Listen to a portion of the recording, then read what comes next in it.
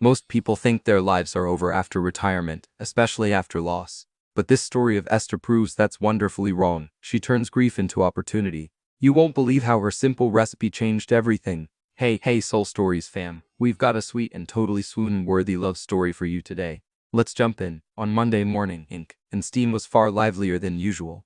Over the weekend, a famous food blogger had praised the cafe in an article, and now customers were lining up from the counter all the way to the door. The aroma of freshly ground Arabica coffee blended with the warm scent of baking waffles. Light wood tables, linen-upholstered chairs, and vintage bookshelves created a space that felt both cozy and timeless. Behind the counter, the wall was decorated with posters of Parisian cafes along with a hotboard listing the day's special. Cinnamon cream cappuccino $4.50. Harper Quinn, the owner and head barista, moved with the precision of a finely tuned production line, grinding beans, tamping espresso, pulling shots, steaming milk, and pouring foam art.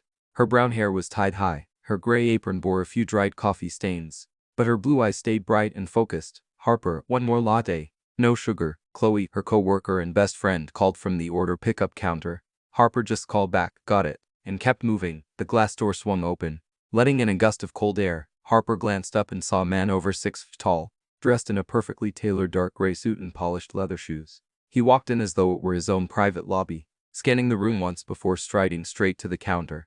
Without a word, he stepped in front of a college student who had been waiting in line, placed a $20 bill on the counter, and spoke in a low, even but unmistakably cold tone. Double espresso. Now I don't have time to wait. Harper froze. That wasn't a request, it was an order. She glanced at the young woman he just cut off, noticing her bow her head and avoid eye contact. Harper's temper flared instantly. She set the milk pitcher down firmly, crossed her arms, and looked him straight in the eye. There's a little thing here called waiting in line. If you want coffee immediately, you can buy your own machine for home. If you want good coffee, you'll wait your turn like everyone else. A few regulars let out quiet sounds. An older man in the corner chuckled. That's right, Harper. The man in the gray suit narrowed his eyes slightly. He glanced at the long line, then back at Harper, not angry, but as though he were studying her. Without arguing, he gave a slight nod, stepped back to the end of the line near the door, and waited. Harper turned back to the espresso machine, deliberately ignoring him, though she could still feel his calm, unhurried gaze. Harper, Chloe's voice came from behind her. She tugged Harper toward the side of the counter, whispering urgently, "Do you even know who you just scolded? A customer who doesn't know how to wait his turn." Harper replied flatly, "No, that's Adrian Blake, CEO of Blake Urban, the real estate tycoon who owns half the skyscrapers in Manhattan." Harper blinked, then shrugged. "So what? Here he's just a customer. Anyone who cuts the line gets called out." Chloe pressed her palm to her forehead.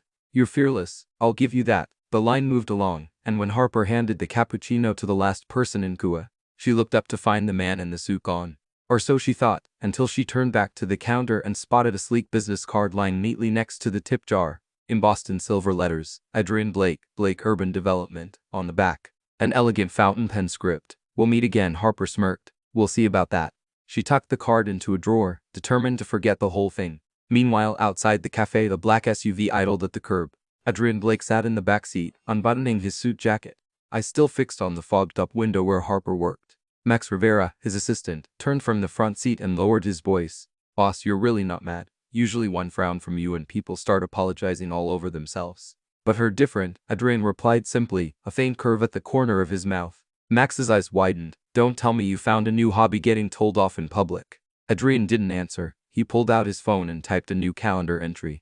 900 a.m. Ink and steam. The SUV pulled away, leaving behind the small coffee shop where Harper had no idea she had just caught the attention of a billionaire, and set in motion a chain of trouble and surprises she could never have imagined. The next morning, Ink and steam was as busy as ever, but Harper had pretty much forgotten all about Mr. Graysuit, who cut the line from yesterday. She had a rule: never carry yesterday's annoyances into today. And honestly, chances were slim he'd be back. Customers like that usually dropped in once, decided the service wasn't lightning fast enough, and went somewhere else. Harper was focused on foaming milk for a cappuccino when she heard the familiar ting of the door chime. She glanced up and immediately recognized the tall frame, squared shoulders, and crisp white shirt under a navy suit jacket. Adrian Blake. This time, he didn't march straight to the counter. He got in line right behind two office ladies ordering green smoothies. No cutting, no comments. Harper raised an eyebrow. When it was his turn, Adrian looked her straight in the eye, his voice even and clear. "An affogato machado, the most expensive one on the menu. And I'll take the table by the window." Harper frowned slightly. The affogato macchiato was a specialty hot espresso poured over Italian vanilla gelato topped with a thin layer of foam. Not a common order, she nodded, took his payment, and began making the drink. Meanwhile, Adrian calmly took a seat at table 5, right by the large street-facing window. He unfolded a copy of the Wall Street Journal next to a stack of urban development blueprints. Morning light poured in, glinting off the rim of his thin-framed glasses, making him look like he'd stepped straight off a magazine cover. Harper brought over the drink and set it down. Your coffee. Thank you. Adrian folded his paper and looked at her. I like how direct you are. In my line of work, people rarely speak the truth to me. Harper crossed her arms, keeping her distance. I just follow the rules. Don't block the counter. Yesterday you definitely blocked the counter. Adrian's lips curved slightly as if suppressing a smile. Max's assistant, sitting at the next table sipping iced tea, suddenly chimed in. My boss might have just found a new hobby. A nearby table of students laughed. Harper cracked a brief smile. But Adrian turned and shot Max a look sharp enough to send him burying himself in his phone. Just then the cafe hit rush mode. Chloe was dashing between tables. Harper was at the espresso machine and customers were still pouring in. Table 3's chairs were jammed, preventing new arrivals from sitting down. Before Harper could call Chloe for help, Adrian suddenly stood, rolled up his sleeves, and rearranged the chairs himself. He even grabbed a napkin to wipe up a water spill. Several customers glanced over in surprise. What are you doing? Harper asked. How suspicious. Helping. In my projects I check every detail myself. Nothing too hard about it. He returned to his table as casually as if nothing had happened. Harper stood still for a moment, not as arrogant as the rumors. She thought, but quickly shook it off. She wasn't going to let herself be swayed. When the rush eased, Harper walked over with the business card from yesterday and placed it on his table. She slid it toward him. I don't need VIP treatment from customers. Let's keep boundaries clear.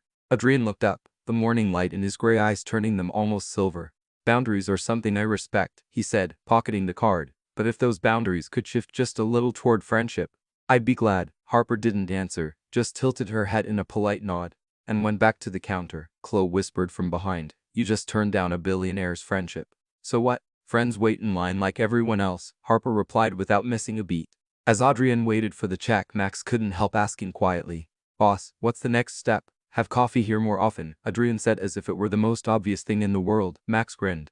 It's been a while since I've seen you. Interested in someone outside the industry? Adrian didn't respond, just glanced through the window toward the counter where Harper was laughing with a regular. There was something in his eyes, not fleeting curiosity, but the look of a man ready to take on a long-term puzzle. That afternoon Harper got a text from Chloe. Look at this. Attached was a screenshot of an article on City Whisper, a gossip site famous for tracking the rich. Real estate king spotted at small cafe hunting for deals or for hearts. The photo showed Adrian by the window with his affogato, Harper behind the counter holding a milk frother clearly taken from outside. Harper shook her head and sighed. Perfect. Exactly what I don't need. But somewhere deep down she knew this wasn't going to stop here. On Saturday afternoon, Harper closed ink and steam earlier than usual. She slipped on her beige trench coat carrying a worn tote bag that held her notebook and an invitation to a book auction. The event was being held at the Greenwich Community Library, a stately red brick building with stone steps worn smooth by time. It was a rare book auction to raise funds for the Children's Bookshelf Project.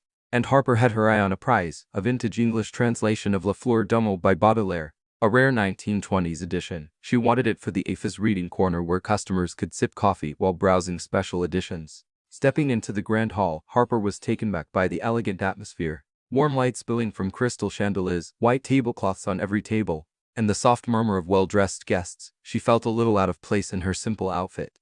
But her excitement overrode any self-consciousness. The host, an elderly gentleman with a mane of silver hair, introduced each treasure, from Shakespeare manuscripts to signed Jane Austen novels. Harper waited patiently for her coveted book, and now, Les Fleurs d'Homme, translated into English by George Dillon, published in 1923 in near-perfect condition. Harper tightened her grip on her paddle, her heart racing. Starting bid, $1,000. She raised her paddle immediately. Others joined in, but she stayed confident.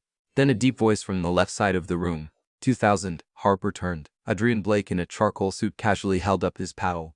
Their eyes met and his lips curved slightly like he'd just stumbled upon an amusing game. Harper narrowed her eyes. 2,500. Without blinking, Adrian said 30. And so it began. Every time Harper raised her bid, Adrian topped it. The room began to buzz. Harper realized he wasn't even looking at the book. His gaze was locked on her. He cannot possibly want this just to read it.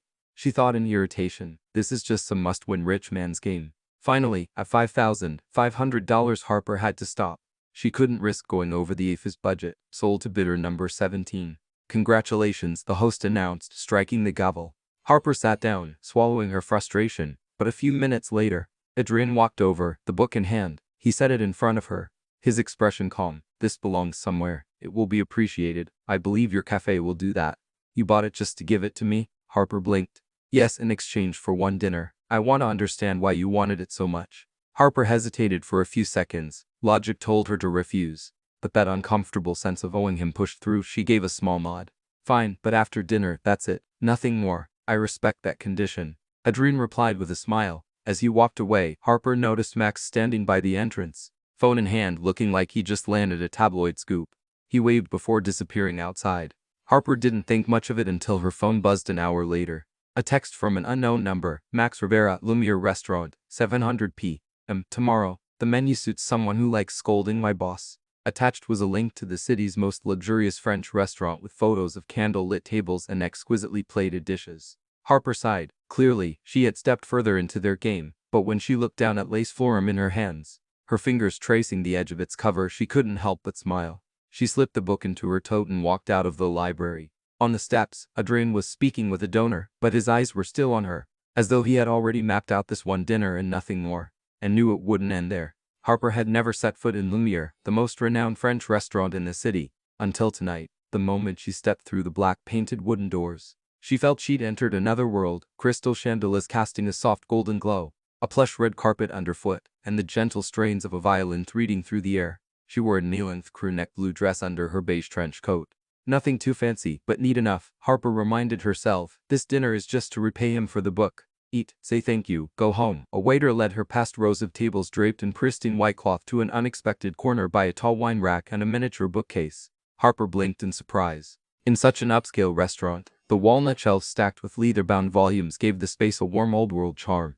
Adrian was already there, jacket off, sleeves of his crisp white shirt rolled slightly. When he saw her, he rose and politely pulled out her chair. I chose this table thinking you might like it, he said, nodding toward the shelves. They have a nice collection of first editions from French authors. Harper gave a slight nod, her gaze drawn to the spines of the books. Some she had read in translation, others not. She hadn't expected a real estate tycoon to notice such things. When the menus arrived, Adrien let her choose first. She ordered French onion soup and roast chicken with wine sauce. He went for lobster thermidor and a 15-year Bordeaux.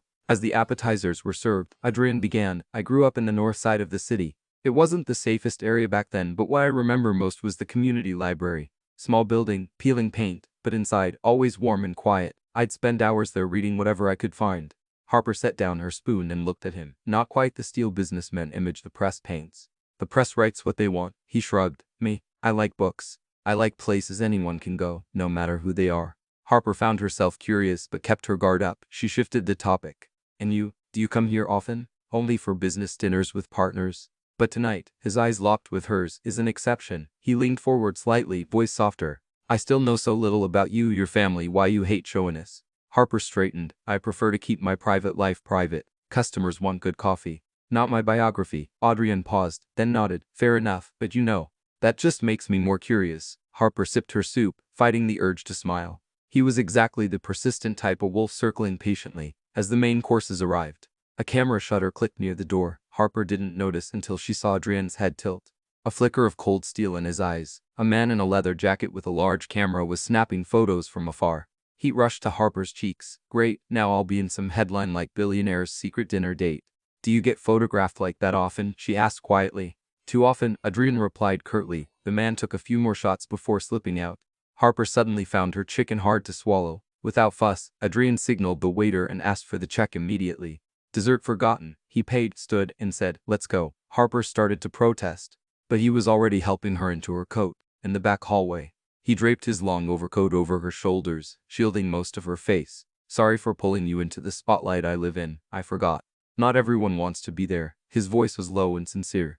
Harper was momentarily thrown off. She'd assumed he'd welcomed the chance to be photographed together like many businessmen. But clearly he had no love for the camera. A black SUV waited in the alley. Max opened the door, glancing at Harper with curiosity but keeping silent. On the drive back, Adrien said little, only making small talk about the cafe. The quiet wasn't awkward, just contained. When they reached Ink and Steam, Adrien handed back her coat. I hope La Fleur du Mal has the best spot in your cafe. It does. Thank you for the ride. Harper stepped out, feeling a mix of relief and a tinge of something she couldn't quite name.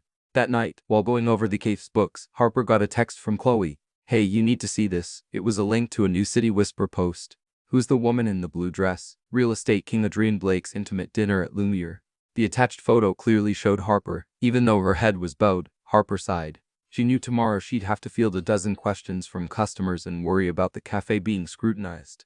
This was exactly what she'd wanted to avoid, but this time, it seemed the story had already spun out of her control.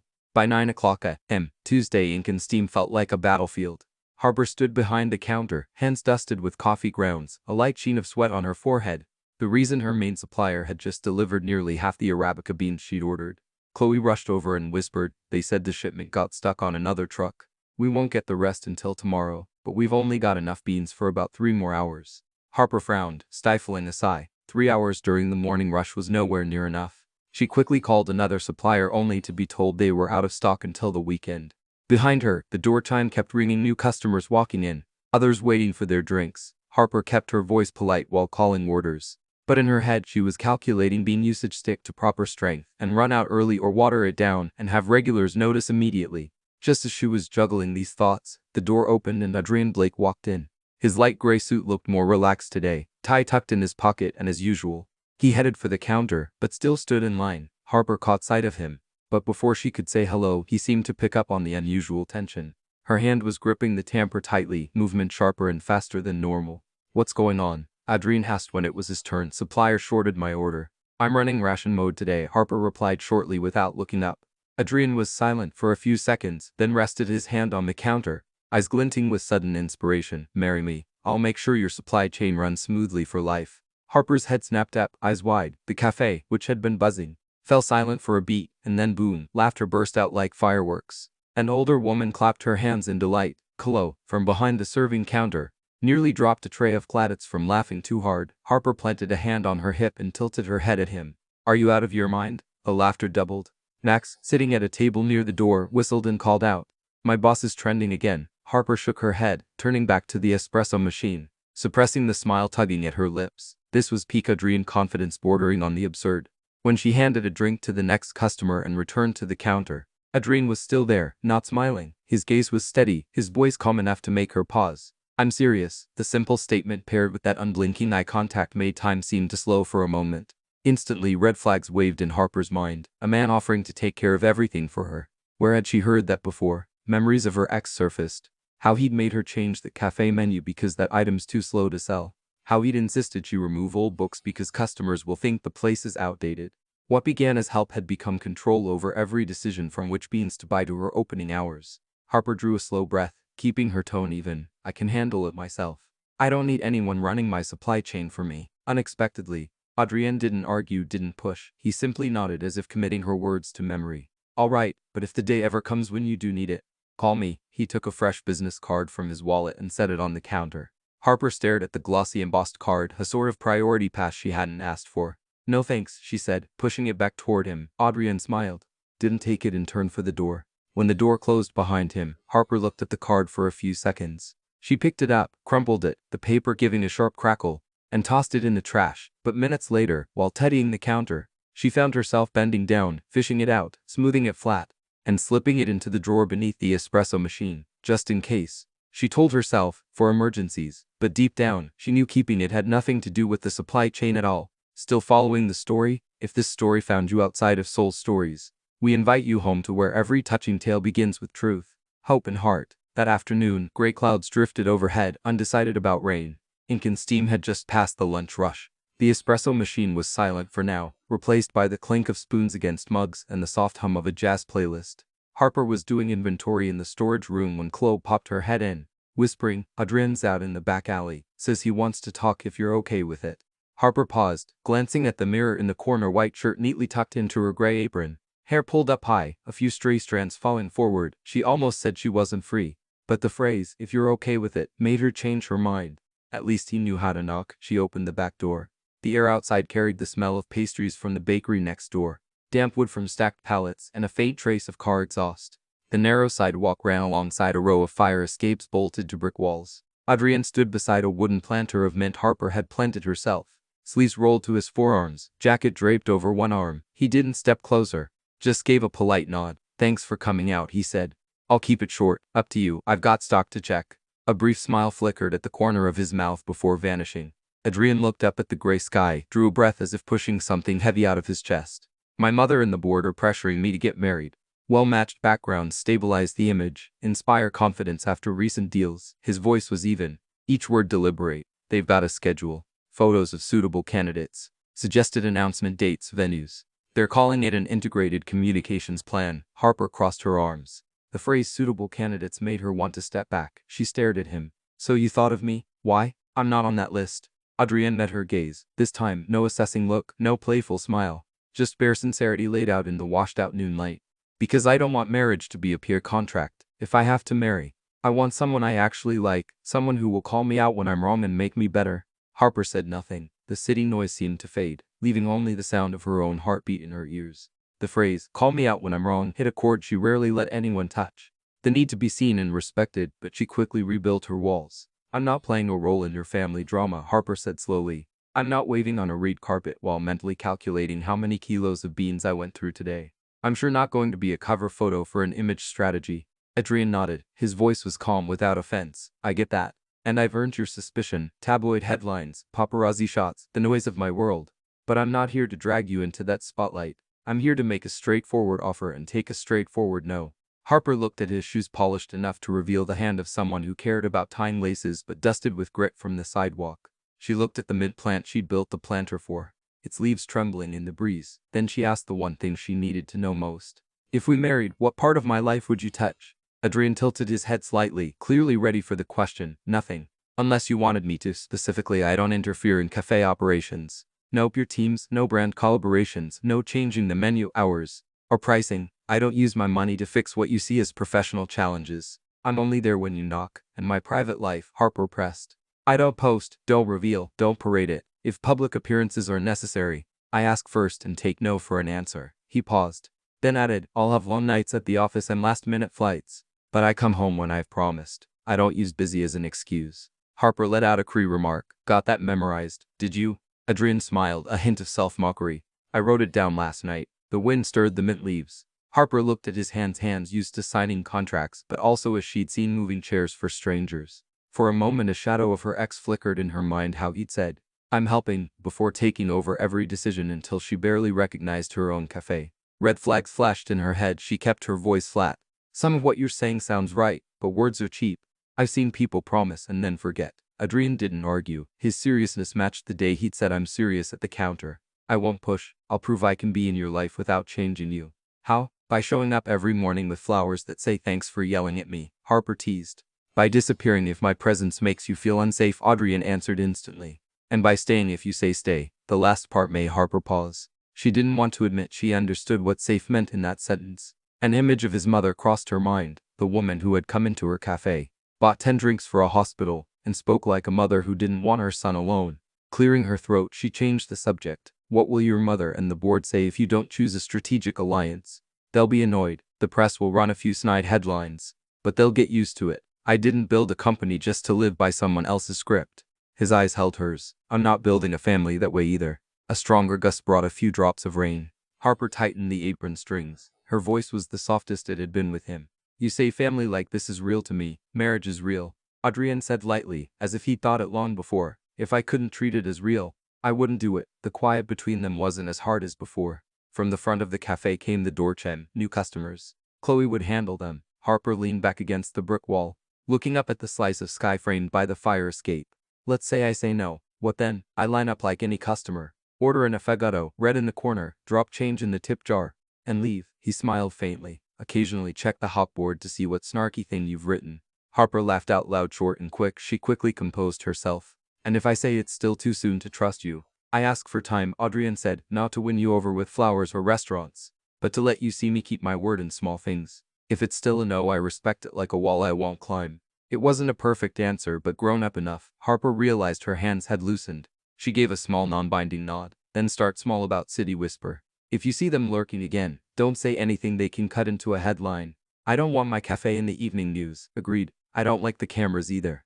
That night at Lumiere I learned the hard way. I'm sorry. Harper looked at him a moment longer. The sorry didn't have the polish of someone used to cameras. It was rough but real. She took a breath. I haven't said yes. Don't get any ideas. I heard you. Adrian smiled. Don't get any ideas. That's a very hopeful sentence. Don't joke. I'm not joking. A raindrop fell onto a mint leaf, scattering into tiny beads. Adrian shrugged his jacket back on. I have to go. 3 o'clock design review for the new Riverside Park. He glanced at the planter. I'll buy a few more like this for the cafe if you want. I can grow my own, Harper said without the usual edge. Thanks, he nodded, stepping back as if reminding himself to respect the distance. Before turning away, Adrian added, if you ever feel I've crossed a line, just say stay still. I'll stay still. You think you're a dog? Harper arched an eyebrow. I think I can learn commands. Harper let out an unplanned laugh. Adrian laughed too, this time showing a dimple no paparazzo had ever caught. Then he turned down the sidewalk, the gray of his suit fading past the corner. She stood there for a moment, hearing her heartbeat slow, her mind still strung with cautious red flags. But among them a small yellow light had just switched on.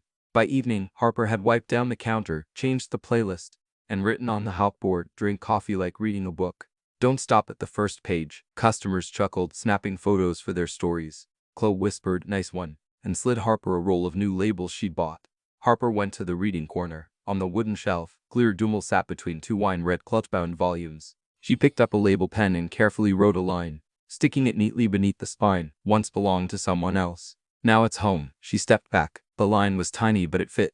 Not exactly a message to anyone but a note to herself. Something that once strayed could still find its right place if the person holding it knew to respect what it was. At the counter, the door chime rang again. Harper turned, offering her professional smile to the new customer. Her voice light and easy. Welcome to Ink and Steam. What can I get you today? In the days following their conversation in the alley, Harper expected Adrian to disappear for a while, just like he'd promised if she needed space. Instead, he chose another approach. Show up regularly, quietly, unobtrusively, and stick to every boundary she'd set. Every morning at exactly 8:15, Ink and Steam's door chimed its familiar ting. Adrian would step inside, dressed neatly but without flash, navy or charcoal suit, tie tucked in his pocket, slim laptop in hand. He stood in line like any other customer, never cutting ahead, never raising his voice. When his turn came, he simply said, an auto, thank you. Harper treated him like any other patron. Take the order. Hand over the drink. Polite thank you exchanged, but inside she couldn't help noticing. Each day he chose a different bean origin, as though quietly working his way through the AFA's entire menu. From time to time Harper would arrive in the morning to find a small bouquet of white tulips or purple carnations placed on the table near the counter.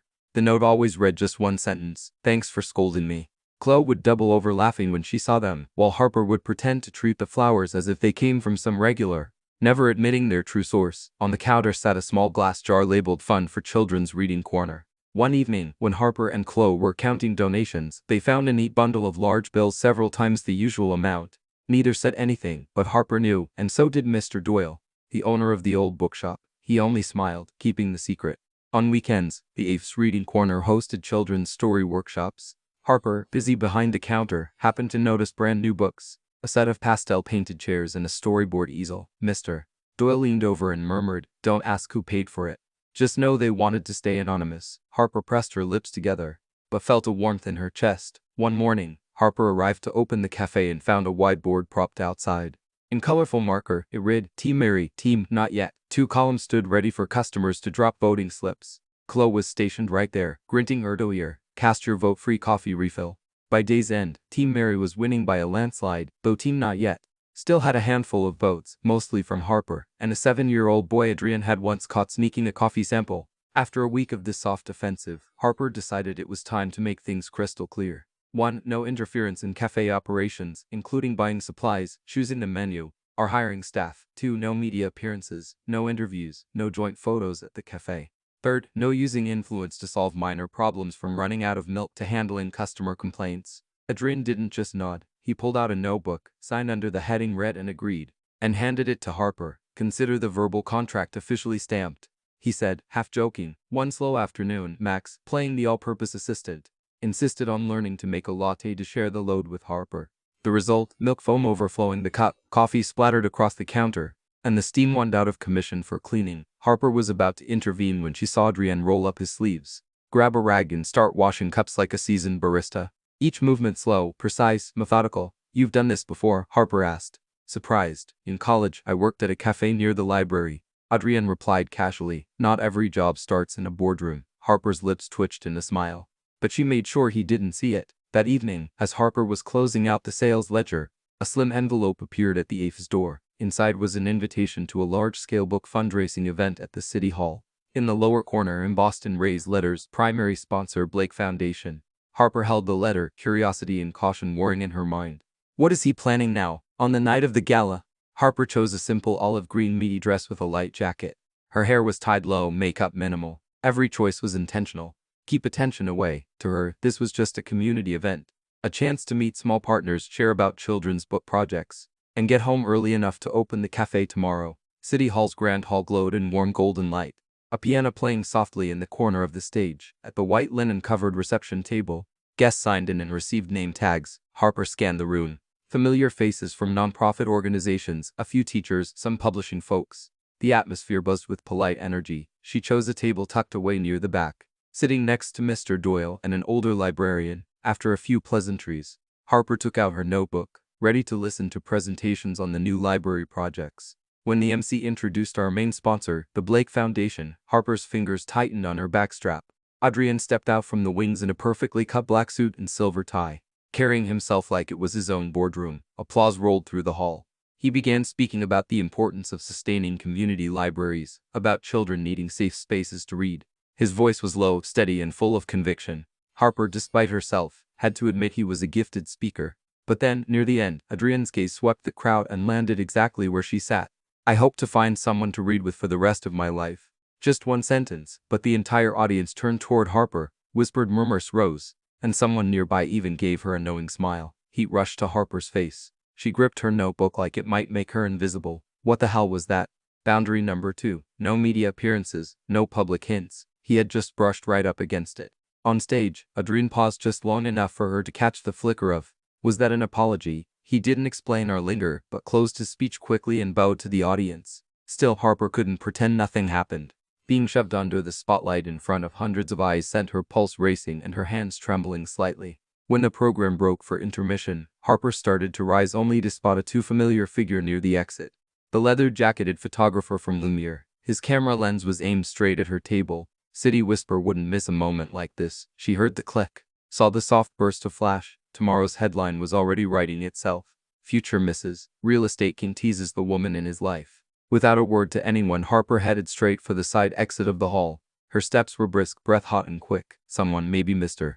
Doyle, called her name softly, but she didn't stop. Outside, rain had started suddenly, cold drops stinging her cheeks. Her jacket soaked quickly. Harper found a small awning at the side of the building and stepped under it. The scent of wet earth and the steady roar of rain slowly steadied her heartbeat. She looked out at the street where headlights blurred through the downpour. Two choices: go home and let it go, or go back and tell Adrian exactly what she thought. Harper took a deep breath, pulled her collar tighter. Avoidance wasn't going to solve this. If he wanted to test boundaries, she'd show him the result right now. Leaving the awning, she stepped back toward the side door, ready to confront him. Harper strode quickly down the side corridor, rainwater clinging to her coat sleeves, icy against her wrists. The heavy fire door behind her muted the piano and polite chatter of the main hall. Only the click of her heels echoed off the stone floor. She turned left, heading straight for the backstage area. Volunteers were carting gift boxes. A sound tech adjusted a mic. On one wall, a stage layout was scribbled over in red marker. Adrian stood at the far end beside a black backdrop, speaking with an event coordinator. His jacket was unbuttoned, a few programs tucked under one arm. When he saw her, his conversation stopped. His expression loosened like he just met the moment he knew would come. We need to talk, Harper said, her voice low but sharp.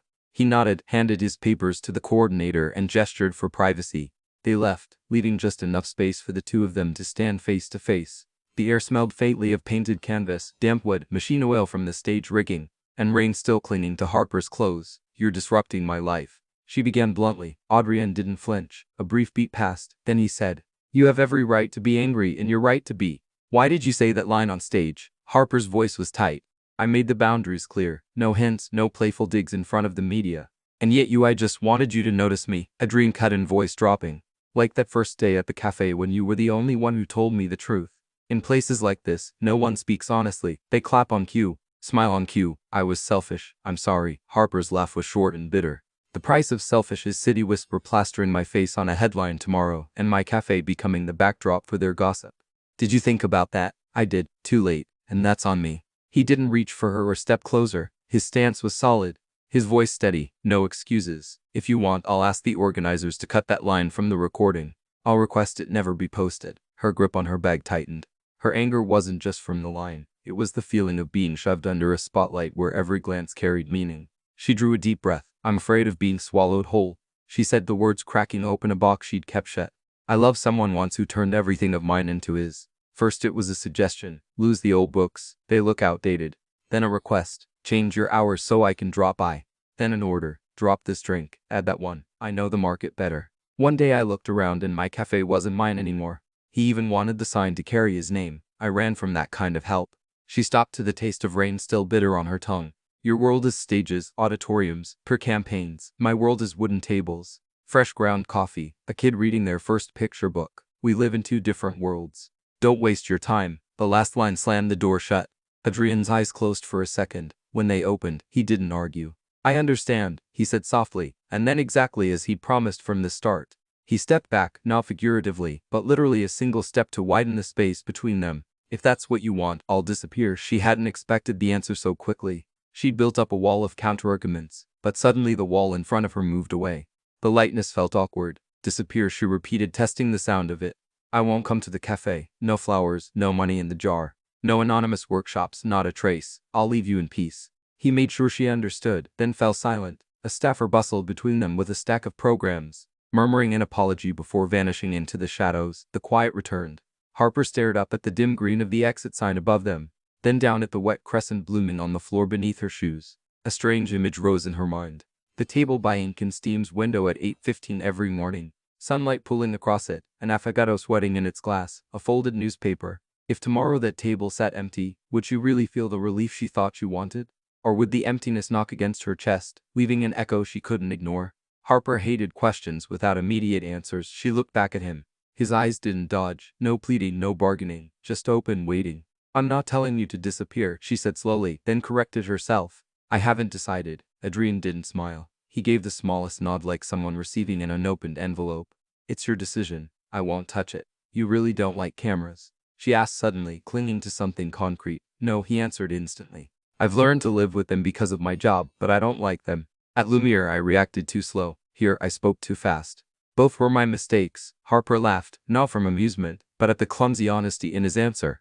The sound faded quickly as she remembered her irritation. I'm leaving now.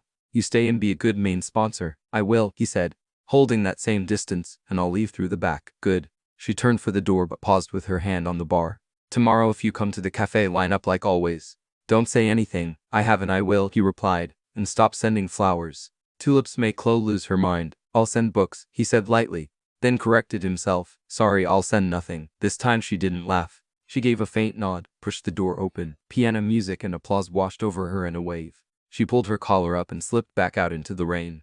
Cold drops tapped her forehead, cooling the heat in her thoughts. That night, Harper got home late. Her third-floor apartment smelled faintly of wood and the coffee still clinging to her clothes. She hung up her coat, switched on the warm light over the table, and opened the window to let in the night rain. On the table sat the bean order ledger, a fresh roll of labels, and her phone face down. She drew up the weekly stock chart. Arabica, Robusta, special blends, her hands moving on habit, while her mind circled back to one line from the hallway. I'll disappear if that's what you want. The words were like a hook snagged deep in her chest. She tried to close the night with her usual ritual, brewing a cup of mint tea. The kettle hummed softly, steam carried the cool scent upward. She held the mug at the window, looking down at the empty street. The rain had softened to mist. Street lights smearing on wet pavement. Her phone buzzed. She didn't rush. 2 beats, 3. She sat down the mug, flipped it over. 1 message, no emojis, no subject. Adrian Blake. I'm sorry for what I said at the gala. I'll keep silent. Sleep well. Harper stared at the text for a long moment. Nothing more. No see you tomorrow. No give me a chance. Just an apology, a promise, and a good night. She switched off the screen, rested her forehead against the frame, exhaling slowly. The anger had ebbed, leaving damp sand where a footprint might vanish instantly. Across the street, the wind shook rain from the last leaves. Glittering under the lamplight, Harper lifted her mug, took a sip. Cool mint. She set her alarm 10 minutes earlier than usual for checking the donation jar. Straightening the reading corner and glancing at the window table before 8:15. She turned off the main light, leaving only the small golden desk lamp. The apartment drew in on itself, quiet as a dog-eared page. Somewhere else in the city, maybe another light was burning, and a man was learning how to stand still. Thursday morning at Ink. and steam was in its calm before the storm rhythm. Harper was wiping down the counter, glancing at the door whenever the familiar ting-ting chime rang. The door swung open and in stepped a familiar figure, elegant, poised, yet carrying a quiet warmth. Evelyn Blake. Harper immediately recalled the last time Evelyn had come in, ordering 10 coffees to take to the nearby hospital. Back then, she'd assumed it was a polite gesture from a powerful woman. But now, seeing Evelyn return alone, Harper sensed this visit wasn't about coffee. Evelyn queued like any other customer, no scanning for special treatment, no request to be served first. When her turn came, she ordered simply, "1 cappuccino for here, and if you still have fresh waffles, I'll take 2. Harper blinked. People from Adrian's circle usually went for something far more complicated. "Fresh out of the oven 5 minutes ago," Harper replied, keeping her tone even. Evelyn chose a table by the window, the same one Adrian usually occupied. Harper brought the order over, and as she set it down, Evelyn smiled. "Thank you, I probably kept you and your staff running the last time I was here." "We're used to busy days," Harper said, sitting when Evelyn gestured. "Though I admit that was a surprise." Evelyn sipped her coffee, her eyes softening. "I'm not here to interfere with your work. I just wanted to talk." Harper was wary but couldn't refuse. She folded her apron neatly onto the chair beside her. "All right. I've noticed he's smiling more since he met you," Evelyn said.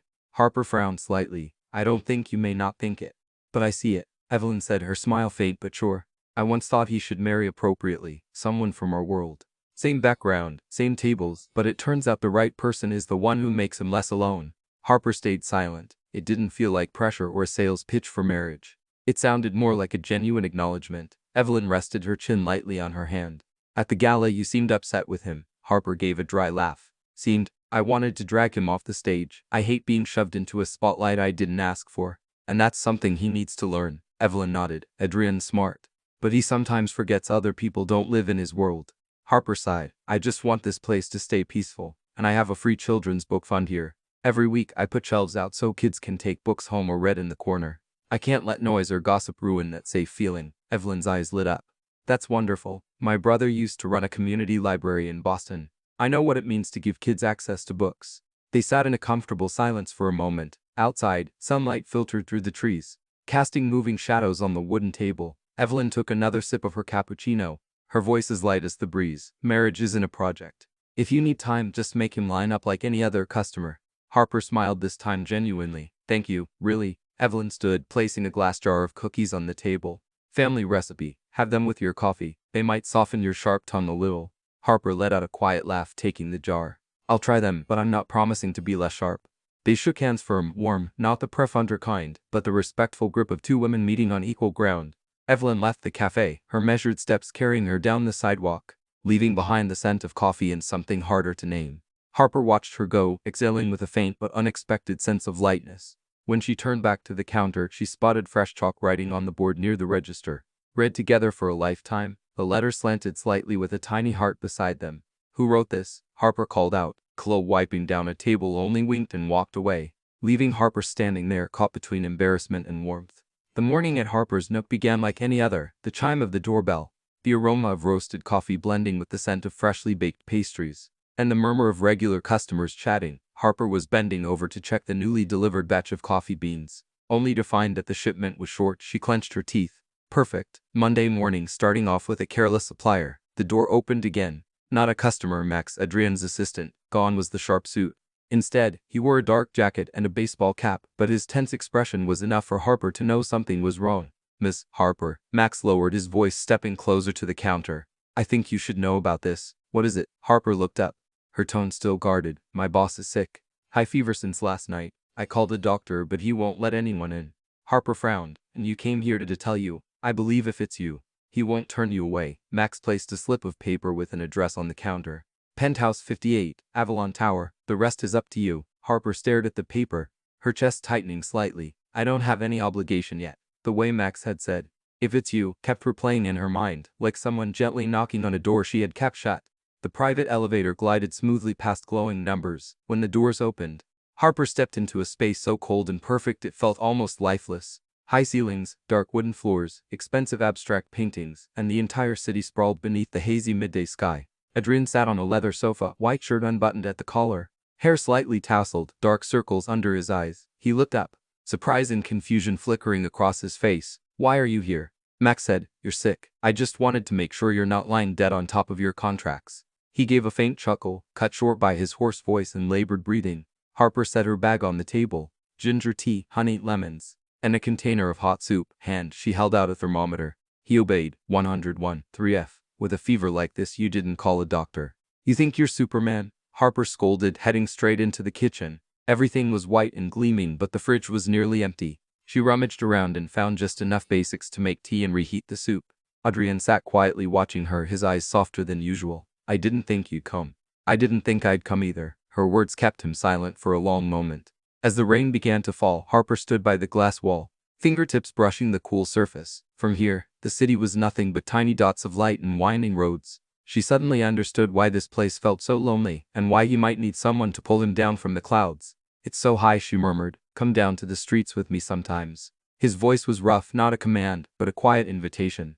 Harper didn't answer, just set the soup down in front of him and sat across. He ate slowly, as if savoring every second. Spaghetti with jarred tomato sauce, simple stir-fried vegetables completely out of place in this lavish setting. Harper cooked while telling stories of her college days, living on instant noodles for a week straight. Have to save money, have to challenge her stomach. Adrien rested his chin on his hand, occasionally smiling at her ridiculous details. The smell of food, the sound of boiling water, and their laughter made the kitchen feel less cold. Thank you for coming. He spoke as they were nearly done eating. I know you don't owe me anything. True, but I hate leaving someone sick alone. She met his eyes this time without looking away. Seeing her to the door, Adrien didn't try to stop her, just leaned against the frame in a sweater watching her go. Be careful and see you tomorrow. That night, Harper received a text. I never thought a penthouse could feel warm. Thank you for changing that. Harper sat by her own window, looking toward Avalon Tower, a faint undefined feeling stirring in her chest. Not quite love, but definitely no longer distance. The next morning, Harper arrived at the cafe earlier than usual. The rain from last night had left glistening streaks on the windows, reflecting the soft, muted light. She made herself a cappuccino but didn't drink it, her eyes fixed on the phone lying face down on the table. He hasn't texted again, she sighed, then shook her head as if to dismiss the thought. By mid-morning, just as the cafe was starting to get busy, the door opened and Adrien walked in. No suit, no tie, just a charcoal crew neck sweater, his hair still slightly damp from the rain. He stood in line like any other customer, hands in his pockets, coughing lightly now and then. You should have stayed home and rested. Harper frowned when he reached the counter. Admits a cappuccino made by you. Not a chance. Max followed behind, holding a file bag, and gave Harper a look that said the boss still wasn't fully recovered, but had insisted on coming. Harper didn't argue. She poured the coffee into a paper cup and wrote on the lid, drink slowly or you'll burn yourself. Adrien gave a faint smile when he read it. Instead of taking his usual seat by the window, Adrien chose a spot in the corner near the children's bookshelf. He picked up a comic book, flipped through a few pages, and then actually started reading. Harper glanced over several times to make sure he wasn't just pretending for her benefit. When he left, he dropped an envelope into the donation jar.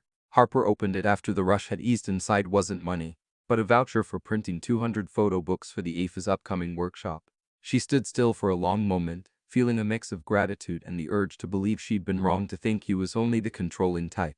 That afternoon, drizzle still missed the streets. Harper glanced at the menu board, then picked up her phone and dialed a number she'd almost deleted a few days ago. Do you still have a fever? She asked when he picked up. It's gone. Are you worried about me? His voice was half teasing, half pleased. Don't get ahead of yourself. I just thought eating dinner alone in that apartment sounded a little sad. There was a pause on the other end. Then tonight I'll cook. You just need to show up and stay out of the kitchen. Harper arrived with a basket of food, beef stew, salad, fresh baked bread. The apartment was still as luxurious as ever, but today it had a few new touches. A small vase of flowers on the dining table, the scarf she'd given him neatly folded on a chair. While Harper laid the food out, Adrien put on soft jazz. The sound of the saxophone mingled with the aroma of warm bread, creating an intimacy that kept them both quiet for a moment. I used to think you'd never set foot in here a second time. I thought so, too, Harper smiled. But yesterday, I realized I don't want to see you sick and alone again. Adrien's gaze met hers, softening not with flirtation, but with a quiet nod. That morning, Harper arrived at the cafe earlier than usual. The crisp November air lingered outside, and wisps of mist clung to the window panes. As she unlocked the door to ink and steam, her thoughts drifted to everything that had happened from the first time she'd met Adrien in that wrongly scolded incident to the mornings he'd patiently stood in line, rinsed cups, and the moments he'd made her so angry her hands shook. She didn't know how the day would begin, but she was certain. She wasn't expecting what was about to happen. Around 8 o'clock a.m., a few regulars had already settled in. Harper was wiping the counter when Adrien walked in, still in his thick gray coat and black knit scarf. He smiled and joined the line as always. When it was his turn, he simply said, "One cappuccino, same as always." Harper nodded, and as she finished pouring the smooth white foam, she noticed a delicate line of chocolate syrup forming the words, "Marry me." She looked up wide-eyed. Adrienne remained calm as if this were no different than writing a customer's name. He nudged the cup toward her, and from under the saucer, a small envelope slid out. Inside was a handwritten card. "If you say no, I'll still be the customer who stands in line, still donate books. If you say yes, I promise to protect your boundaries, never control your dreams." The writing wasn't ornate, but every stroke was steady. Harper read it over and over, feeling warmth rise in her chest. This wasn't a grand proposal under flashing lights. This was an offering placed right on the counter where he'd stood so many mornings, just waiting for his turn. Harper let out a soft laugh and shook her head. "You're still the same." Adrienne tilted his head, smiling. "I figured as much. But you're the kind of same I can handle." She nodded clear. No hesitation. In that moment, it wasn't just Adrienne. The entire cafe seemed to erupt. Chloe shouted from a table. Finally, Max wiped at his eyes, sniffling. "Don't tell me I missed filming this." Adrienne came around the counter and pulled Harper into his arms. The scent of coffee mingled with the smell of wood in his scarf. A strangely familiar comfort. No need for many words, just a hug. But it was enough for her to know she'd made the right choice this time. The wedding took place on a golden autumn afternoon inside the restored community library funded by an anonymous donation the year before. Tall shelves, the scent of new paper mixed with old wood, sunlight streaming through the grand windows, all of it wrapped the moment in warmth and quiet grace. Harper wore a simple white dress, holding a bouquet of lavender and small daisies. Adrienne never took his eyes off her, not even while the minister read the vows. When they exchanged rings, he leaned in, murmuring just for her, "I'll still stand in line every morning, even if you're my wife." Harper's laughter rang out, blending into the applause. With Adrienne's transparent investment, Ink and Steam opened a second location in the Arts District. Harper kept full control, hiring staff, curating the selection for the free reading shelf. On weekend mornings, Adrienne often sat in a corner table reading, sometimes helping make coffee when the cafe was busy. Regulars called him the CEO who washes mugs. And he just smiled, never denying it. The hot board outside the cafe today read, "Marry me," she said. "Yes," beneath it, in Chloe's smaller handwriting. "Ah, and he still stands in line." From behind the counter, Harper looked out at the scene, her heart full of a piece she'd once thought she'd never find.